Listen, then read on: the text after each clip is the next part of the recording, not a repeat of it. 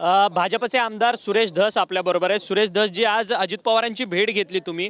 खरं तर संतोष देशमुख हत्या प्रकरणात तुम्ही सातत्याने हा प्रश्न जो आहे तो तुम्ही मार्गी लावून धरतात की आरोपींना अटक झाली पाहिजे. हो, आरोपी अटक झालेच पाहिजेत. किती बेकार पद्धतीने त्यांनी मारलंय तुम्ही बघितलंय ना. मासली प्रवृत्ती बाहेर फिरली पाहिजे का? ही बिन भाड्याच्या खोलीतच गेली पाहिजे, ही आमची रास्त मागणी आहे. परंतु अण्णा तुम्ही सातत्याने आकाचा आका असं तुम्ही म्हणतायत. हा आका कोण आहे? हा मी फक्त आका म्हणतो. आता सध्या 7 आरोपी आहेत आणि 8वा आरोपी हा आका असेल जर शुक्रवार टू त्याच्यात. आणि गेल्या वर्षभरामध्ये या लोकांची काय संभाषणं होतात ते सगळं आता CDR येतील ना बाहेर, वर्षाचे येतात. सलमान खान आणि ऐश्वर्या रायचं किती वर्षापूर्वी बोलणं झालेलं आलं होतं ना रेकॉर्डवरती. मग त्या कंपनीला विचारून कोणाकोणाचे काय बोलणे झाले, कोणाचं काय झालं, या पद्धतीने जर झालं तर याच्यामध्ये जर आकाचा हात असेल तर आकासुद्धा अटक झाला पाहिजे, ही नंतर मागणी करू. वाल्मिक कराड हे आका आहेत का? नाही, मी वाल्मिक कराडांचं नावच घेतलं नाही. तुम्ही अनेक माध्यमांमध्ये प्रतिक्रिया देताना तुम्ही थेट वाल्मिक कराडांचं नाव घेताय. अजून तरी मी घेतलेलं नाही, अजून मी घेतलेलं नाही. तुम्ही मला एखादा CD काढून दाखवा किंवा व्हिडिओ काढून दाखवा की सुरेश धसने वाल्मिक कराडांचं नाव घेतलंय.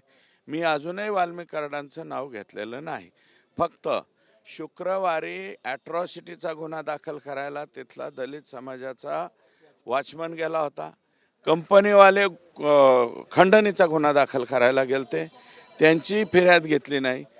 संतोष देशमुख जे मयत झालेले आहेत दुर्दैवानं, ते सुद्धा फिर्याद द्यायला गेलते. हाणामारीची अशी झटापट झाली की 324, 326, 325 काहीतरी गुन्हा दाखल करायला पाहिजे होता. ह्या लोकांना पाबंद करायला पाहिजे होतं पोलिसांनी.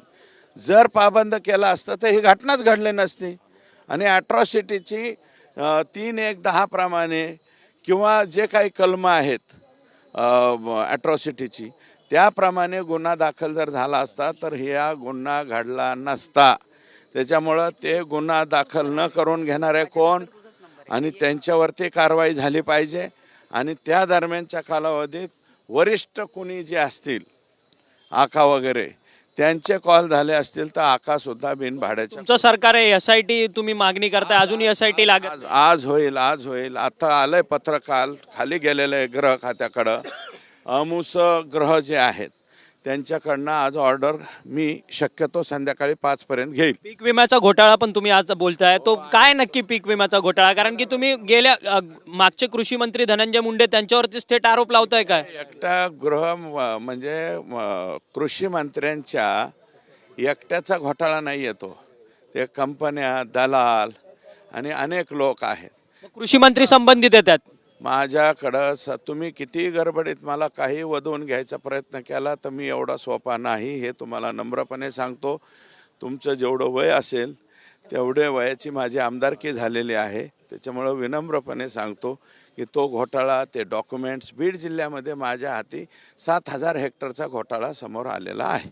एवढंच सांग. धन्यवाद. तुम्ही आमच्याशी बातचीत केली होते. आमदार सुरेश धस भाजपचे, त्यांनी सांगितलं आकाचा आका कोण त्याचा शोध लागला पाहिजे. मी अजूनपर्यंत वाल्मिक कराड यांचं नाव जे आहे ते थेटपणे घेतलेलं नाही आहे असं देखील त्यांचं मत आहे. परंतु संतोष देशमुख जे सरपंच होते त्यांच्या हत्ये प्रकरणातल्या आरोपींना लवकरात लवकर कडी शिक्षा जी आहे ती झाली पाहिजे. त्याकरता SIT देखील आजच्या आज नेमली जाईल, याकरता मी प्रयत्नशील असेल असं मत जे आहे ते सुरेश धस यांनी आपल्याशी बोलताना केलेलं आहे. व्हिडिओ जर्नलिस्ट खंडू कसबेसह अक्षय मंकणे, TV9 मराठी, नागपूर.